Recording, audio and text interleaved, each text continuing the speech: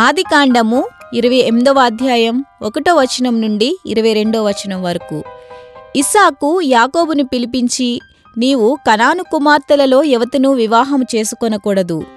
నీవు లేచి పద్దనరాములోనున్న నీ తల్లికి తండ్రి అయిన బెతూయేలు ఇంటికి వెళ్ళి అక్కడ నీ తల్లి సహోదరుడగు లాబాను కుమార్తెలలో ఒకదానిని వివాహము చేసుకొనమని అతనికి ఆజ్ఞాపించి, సర్వశక్తిగల దేవుడు నిన్ను ఆశీర్వదించి నీవు అనేక జనములగునట్లు నీకు సంతానాభివృద్ధి కలుగజేసి నిన్ను విస్తరింపజేసి నీవు పరవాసివైన దేశమును అనగా దేవుడు అబ్రహామునికిచ్చిన దేశమును నీవు స్వాస్యముగా చేసుకొనున్నట్లు ఆయన నీకు అనగా నీకును నీతో కూడా నీ సంతానమునకును అబ్రహామునకు అనుగ్రహించిన ఆశీర్వాదమును దయచేయునుగాక అని అతని దీవించి యాకోబును పంపివేశెను.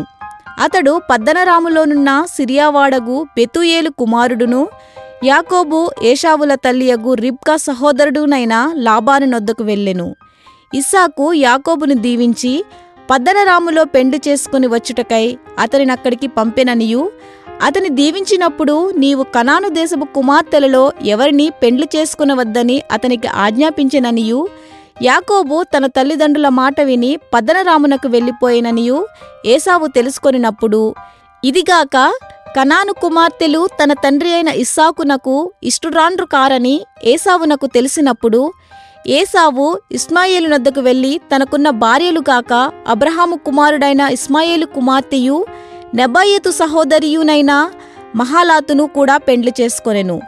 యాకోబు బెయేర్షెబా నుండి బయలుదేరి హారాను వైపు వెళ్ళుచు ఒకచోట చేరి ప్రొద్దుగుంకినందున అక్కడ ఆ రాత్రి నిలిచిపోయి ఆ చోటి రాళ్లలో ఒకటి తీసుకొని తనకు తలగడగా చేసుకుని అక్కడ పండుకొనెను.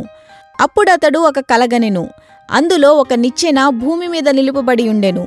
దాని కొన ఆకాశమునంటెను. దానిమీద దేవుని దూతలు ఎక్కుచూ దిగుచునుండిరి. మరియు యెహోవా దానికి పైగా నిలిచి, నేను నీ తండ్రి అయిన అబ్రహాము దేవుడను ఇస్సాకు దేవుడనైన యెహోవాను.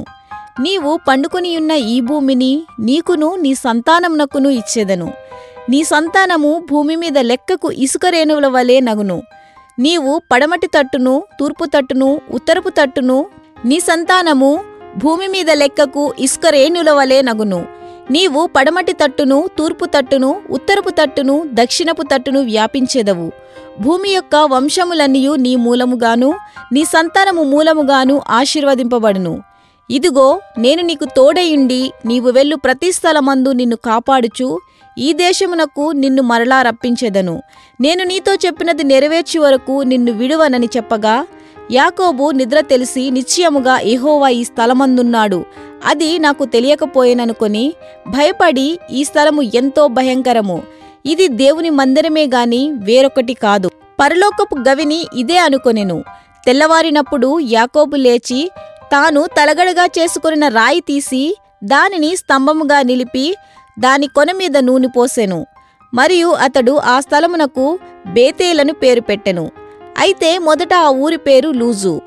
అప్పుడు యాకోబు, నేను తిరిగి నా తండ్రి ఇంటికి క్షేమంగా వచ్చినట్లు దేవుడు నాకు తోడయుండి నేను వెళ్ళుచున్న ఈ మార్గములో నన్ను కాపాడి తినుటకు ఆహారమును ధరించుకొనుటకు వస్త్రములను నాకు దయచేసిన ఎడల యెహోవా నాకు దేవుడయుండెను. మరియు స్తంభముగా నేను నిలిపిన ఈ రాయి దేవుని మందిరమగును. మరియు నీవు నాకిచ్చు యావత్తులో 10వ వంతు నిశ్చయముగా నీకు చెల్లించెదనని మ్రొక్కుకొనెను.